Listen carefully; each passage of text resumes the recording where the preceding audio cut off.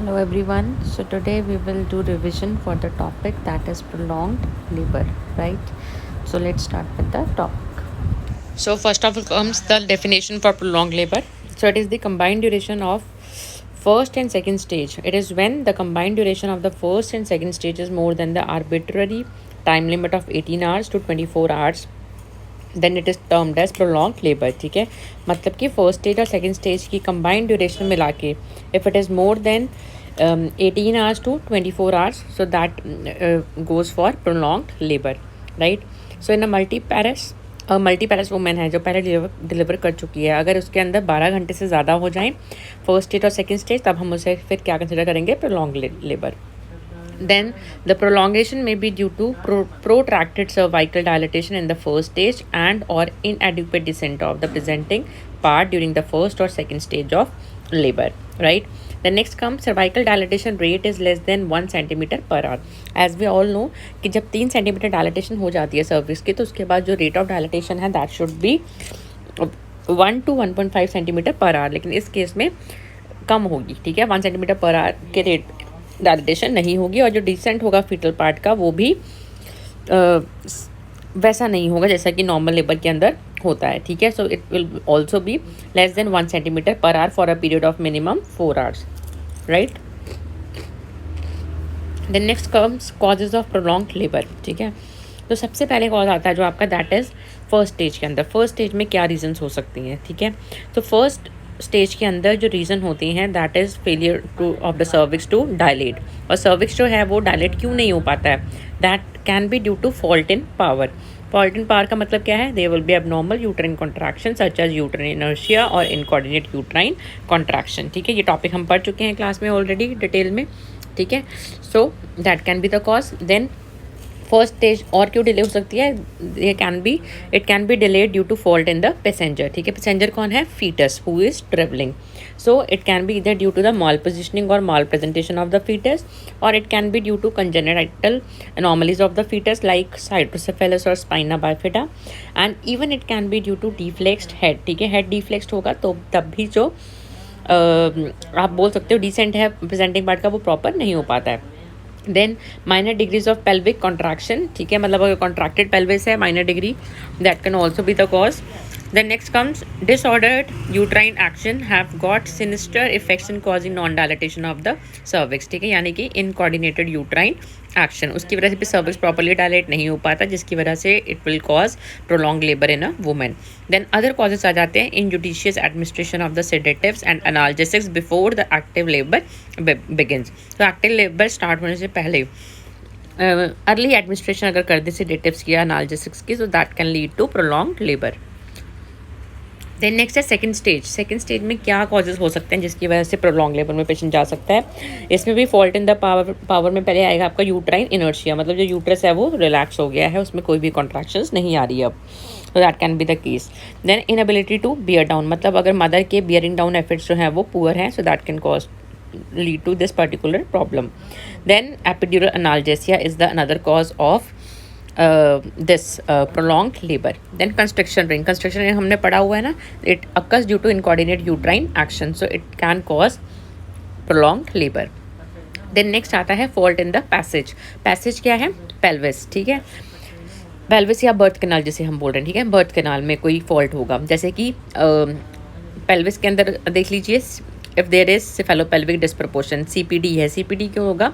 मतलब जो पेल्विस का साइज़ है वो हो सकता है नॉर्मल हो, लेकिन जो बेबी का साइज़ है वो बिग हो. ठीक है, दैट कैन कॉज CPD. ठीक है, या बेबी का हेड का साइज़ नॉर्मल है लेकिन जो पेल्विस है वो कॉन्ट्रैक्टेड है, राइट? और अदर फैक्टर्स हो सकते हैं फॉल्ट इन पैसेज में, जैसे कि एंड्रॉयड पेल्विस. एंड्रॉयड पेल्विस कैसा होता है? Heart shape pelvis. Then contracted pelvis can be the another reason. Then undue resistance of the pelvic floor और पेरिनियम ड्यू टू स्पाजम और ओल्ड स्कारिंग, पहले कोई ऑपरेट हुआ है उसकी वजह से कोई स्कार है. ठीक है, so that can cause prolonged labour. Then soft tissue pelvic tumour can also lead to prolonged labour as it will cause obstruction in the passage, right?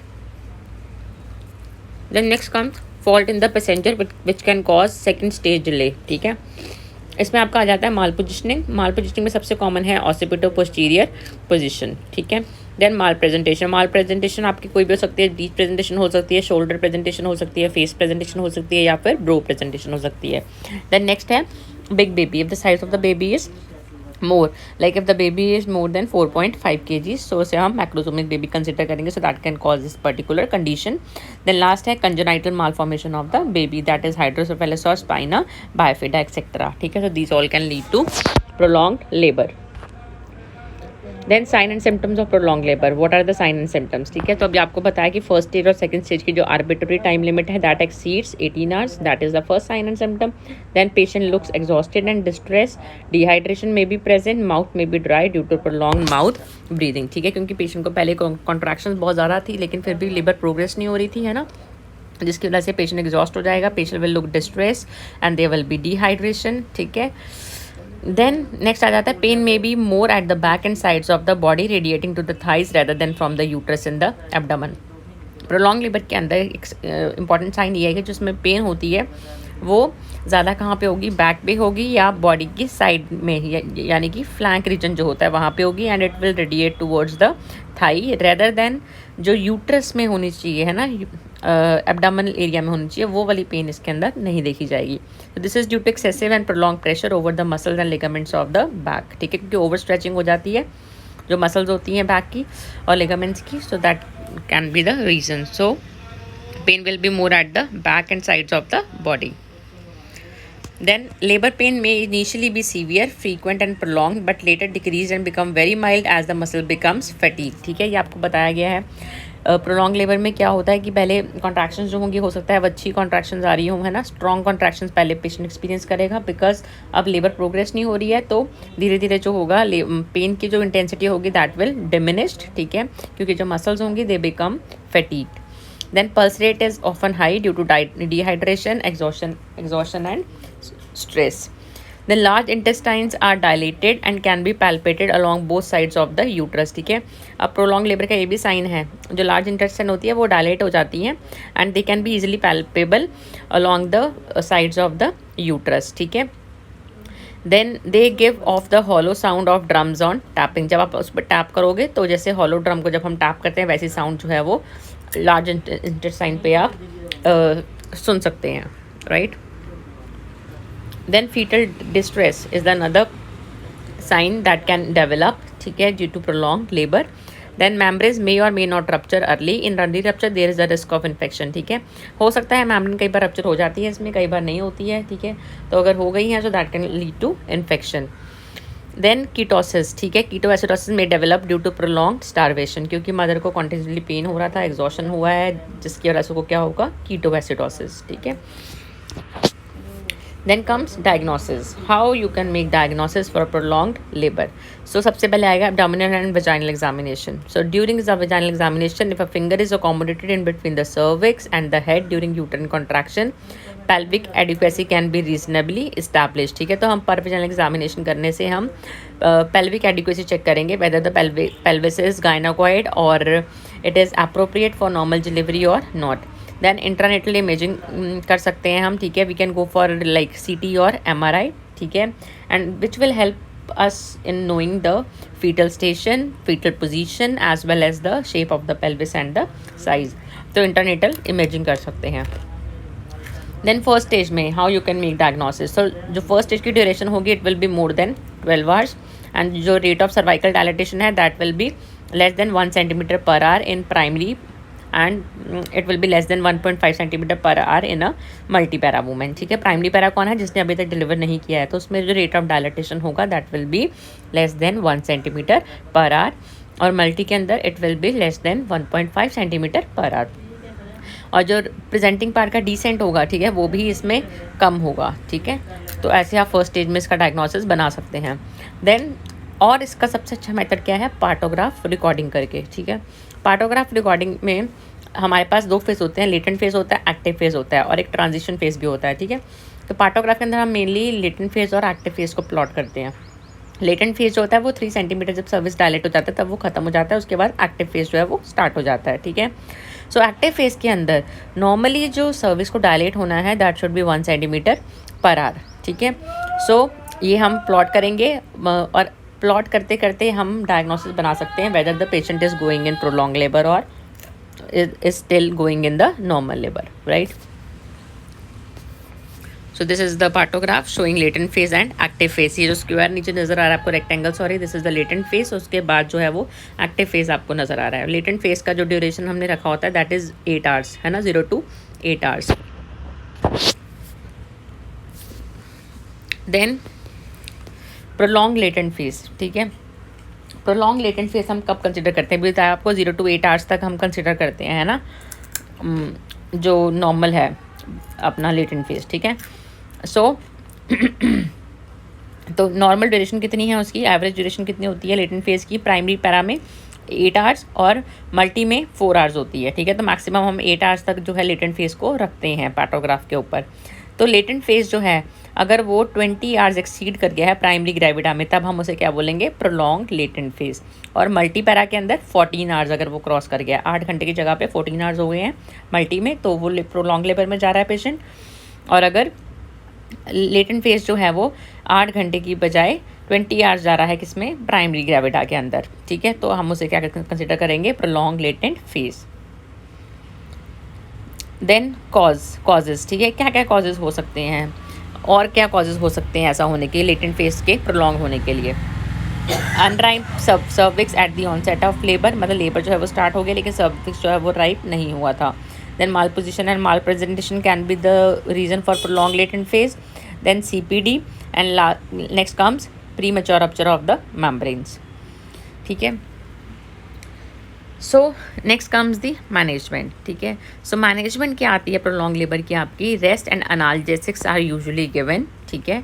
And when augmentation is decided medical methods are prefer, ठीक है. Medical induction हम इसके अंदर prefer करते हैं with the help of administration of oxytocin and prostaglandins. Then amniotomy जो है इस केस में जो है वो हम अवॉइड करते हैं क्योंकि इससे फिर इन्फेक्शन होने के पेशेंट को चांसेस हो सकते हैं. Then prolong latent phase is not an indication for caesarean delivery, ठीक है. अगर लेटेंट फेज प्रोलॉन्ग हो रहा है that is not an indication कि पेशेंट का हम सी सेक्शन कर दें, ठीक है. So this is the picture depicting the prolong latent phase. जो सबसे नीचे वाली लाइन आप देख रहे हैं, ठीक है, ये देखिए, ये स्टार्ट हो गए 28 आप बोल सकते हैं आवर्स तक जो है एक्सीड कर रही है. सो नेक्स्ट आ गया, अब लेटेंट फेज का हमने देख लिया, प्रोलॉन्ग लेटेंट फेज, ठीक है. देन आता है एक्टिव फेज के डिसऑर्डर्स कि patient active phase of labour में आ गया और उसमें क्या क्या डिसऑर्डर्स हो सकते हैं, ठीक है. So it can B divided into 2. Number 1 is protraction, number 2 is arrest disorders, ठीक है. तो इसे हम डिस्कस करेंगे. सो प्रोट्रैक्टेड एक्टिव फेज और प्राइमरी डिसफंक्शनल लेबर, इसे हम क्या बोलते हैं? प्रोट्रैक्टेड एक्टिव फेज और प्राइमरी डिसफंक्शनल लेबर, ठीक है. इसका दूसरा नाम क्या होता है? Primary dysfunctional labour. So when the rate of cervical dilatation is less than 1.2 centimetre per our in primary para and less than 1.5 centimetre per our in multi para, तब हम उसे क्या बोलते हैं कि पेशेंट जो है वो प्राइमरी डिसफंक्शनल लेबर जो है वो एक्सपीरियंस कर रहा है, right. So it may be due to inadequate uterine contraction, it may be due to cephalopelvic disproportion, it may be due to again malposition or malpresentation, or it can be due to epidural analgesia. Then आते हैं आपके arrest disorder. Second हमने पढ़ा ना, अभी active phase के disorders हम पढ़ रहे हैं, ठीक है. सो नंबर 1 था प्रोट्रैक्शन, सेकंड क्या है? अरेस्ट डिसऑर्डर्स, ठीक है. अब अरेस्ट डिसऑर्डर्स पढ़ेंगे.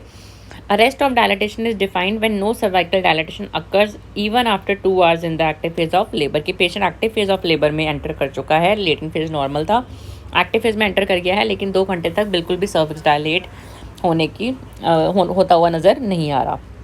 सो this particular arrest disorder occurs due to inefficient uterine contraction, ठीक है. और इसके अंदर भी there will be no descent of the fetal part for a period of less than 1 hour, ठीक है. तो अरेस्ट डिसऑर्डर्स में क्या क्या हो सकता है? या तो सर्विक्स जो है वो बिल्कुल डायलेट नहीं होगा, पेशेंट एक्टिव फेज में आ चुका है लेकिन 2 घंटे तक सर्विक्स बिल्कुल डायलेट होता हुआ नज़र नहीं आया, प्लस जो प्रेजेंटिंग पार्ट है वो भी 1 घंटे तक हमने देख लिया है, वेट कर लिया है, और डिसेंट जो है प्रेजेंटिंग पार्ट का नहीं हुआ है, ठीक है. Then which it usually occurs due to CPD. Then secondary arrest, ठीक है। सेकेंडरी अरेस्ट हम किसे बोलते हैं? It is defined when the active phase of labour, ठीक है, commences normally but stops or slow significantly for 2 hours or more prior to full dilatation of the cervix, ठीक है। सेकेंडरी अरेस्ट हम किसे बोलते हैं? कि पेशेंट जो था वो एक्टिव फेज ऑफ लेबर में आया और एक्टिव फेज में भी सब कुछ नॉर्मल चलता रहा, ठीक है, लेकिन फुल डायलिटेशन होने से जस्ट पहले या फिर उससे 2 घंटे पहले जो सर्विक्स है वो डायलेट ही नहीं हुआ, ठीक है। सपोज कि 7 सेंटीमीटर या 8 सेंटीमीटर पे आके रुक गया, so it is commonly due to malposition और CPD, that is secondary arrest of labour. मतलब कि पेशेंट का लेटेंट फेज भी नॉर्मल था, एक्टिव फेज भी नॉर्मल था, लेकिन फुल डायलिटेशन होने से पहले 2 घंटे पहले तक कोई प्रोग्रेस नज़र हमें नहीं आई है, so that will be secondary arrest. Then ये था फर्स्ट स्टेज के अंदर। देन कम सेकेंड स्टेज के अंदर क्या क्या हो सकते हैं, डायग्नोसिस कैसे बनाएंगे आप, ठीक है। So mean duration of second stage is 50 minutes for nullipara and 20 minutes in multipara, ये हमें पता है, हमने नॉर्मल लेवल में पढ़ा है। So prolong second stage is diagnosed if the duration exceeds 2 hours in nullipara. Prolong second stage कब मानेंगे? जब फुल डायलिटेशन सर्विस हो चुकी है लेकिन 2 घंटे तक भी उस मदर की डिलीवरी नहीं हुई है, ठीक है। तो ऐसा अगर नलीपैरा में होता है तब हम उसे प्रोलॉन्ग सेकेंड स्टेज मानते हैं। और मल्टी के अंदर हम क्या कंसिडर करेंगे? कि फुल डायलिटेशन हो चुकी है लेकिन उसके 1 घंटे के बाद भी बेबी डिलीवर नहीं हुआ है, तब हम उसे प्रोलॉन्ग सेकेंड स्टेज मानेंगे। किसमें? मल्टीपैरा के अंदर। Then disorders of the second stage, तो सेकेंड स्टेज के डिसऑर्डर्स अब हम पढ़ेंगे। तो इसमें सबसे पहले आपका आता है प्रोट्रैक्शन ऑफ डिसेंट, ठीक है, is defined when the descent of the presenting part is at less than 1 centimeter per hour in nullipara or less than 2 centimeter per hour in a multipara, ठीक है। प्रोटेक्शन ऑफ डिसेंट हम उसे define करते हैं जब presenting part जो है नलीपैरा के अंदर 1 सेंटीमीटर पर आर के रेट से कम पे डिसेंट हो रहा है और मल्टीपैरा में it will be less then 2 centimetre पर आर, ठीक है।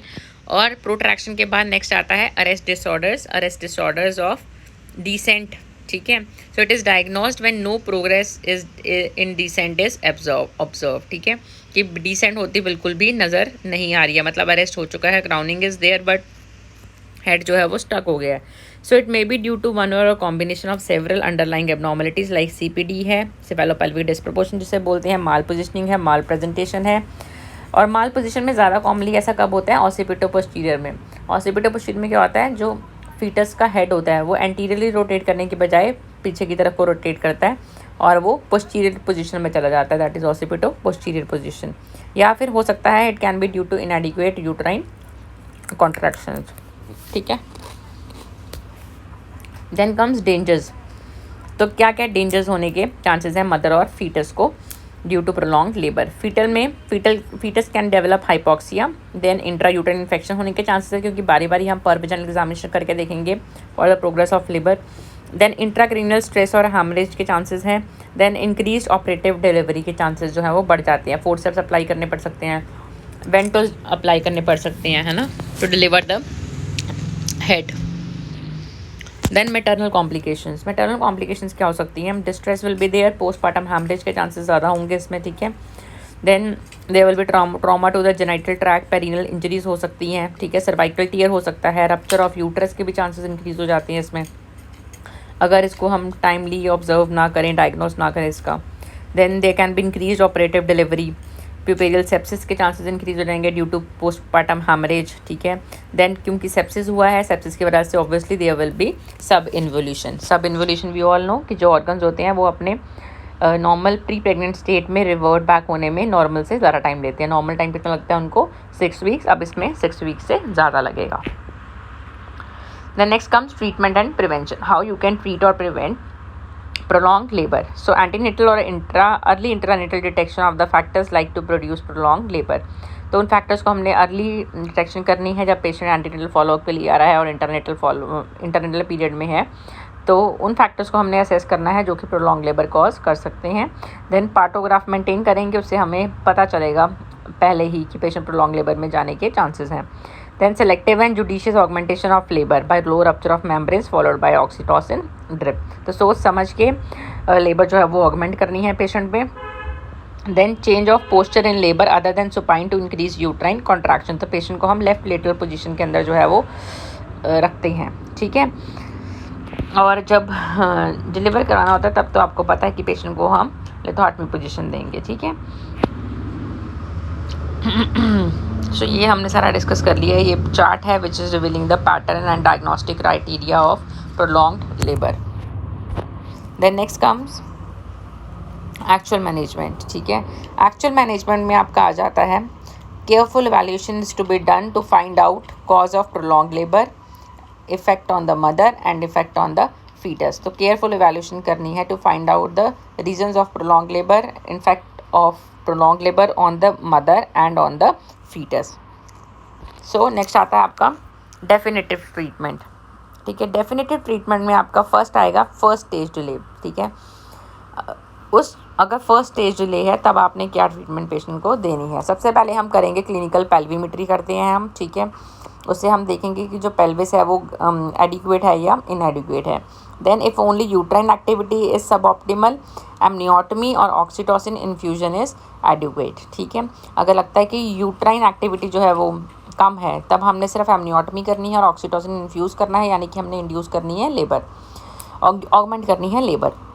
Then effective pain relief patient को दे सकते हैं, जैसे इंट्रामस्कुलर पेथिडिन दे सकते हैं या एपिडुलर एनाल्जेसिया दे सकते हैं। Then for the management of secondary arrest specially in multipara one should be very careful to use oxytocin, ठीक है। अगर सेकेंडरी अरेस्ट हुआ है और मल्टीपैरा में हुआ है तो हमने ऑक्सीटोसिन जो है वो सोच समझ के सही डोज में हमने इन्फ्यूज़ करना है, ठीक है, क्योंकि यूट्राइन रप्चर के चांसेस जो है वो इंक्रीज़ हो जाते हैं। देन नेक्स्ट है C section is done when vaginal delivery is unsafe, ठीक है। सी सेक्शन उसी केस में करेंगे when there is indication for the C section, जैसे कि माल प्रेजेंटेशन है, माल पोजिशन है, बिग बेबी है या CPD है। देन है treatment for second stage delay. So short period of expectant management is reasonable provided the fetal heart rate is reassuring and vaginal delivery is imminent, right. Then otherwise appropriate assisted delivery or vaginal forceps or you can say ventos or C-section should be done, ठीक है। सो short period रखना है हमने expectant management का। Expectant management का क्या है कि हमने एक्सपेक्ट करना है कि नॉर्मल डिलीवरी जो है वो हो सकती है, लेकिन हमने ज़्यादा टाइम तक उसको एक्सपेक्ट नहीं करना है। और एक्सपेक्टेशन का जो टाइम है that thoroughly depends upon the fetal heart rate. अगर फीटल हार्ट रेट रीअश्योरिंग है then we can go for the expectant management, otherwise we can opt for forceps delivery, ventouse delivery और even we can go for caesarean section, ठीक है। Then है pharmacological treatment for prolonged labour, ठीक है, क्योंकि mother को pen हो रहा होगा, ठीक है, तो we can give her IM pethidine 75 mg before dilatation of the os 5 centimetre as prescribe, ठीक है।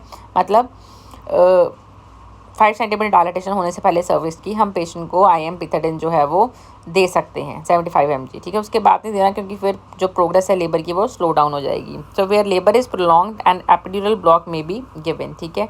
और अगर प्रोलॉन्ग लेबर है उस केस में हम पेशेंट को एपिड्यूरल एनाल्जेसिया जो है वो दे सकते हैं to help her in relieving the pain, right. So this is for your assignment, right? So the assignment for this week is you are supposed to make a nursing care plan for a patient who is experiencing prolonged labor, and this assignment you are supposed to submit it by next Wednesday, right? So I hope this revision session of prolonged labor is very much clear to you. Still you are having any doubt, so please feel free to ask. Thank you so much.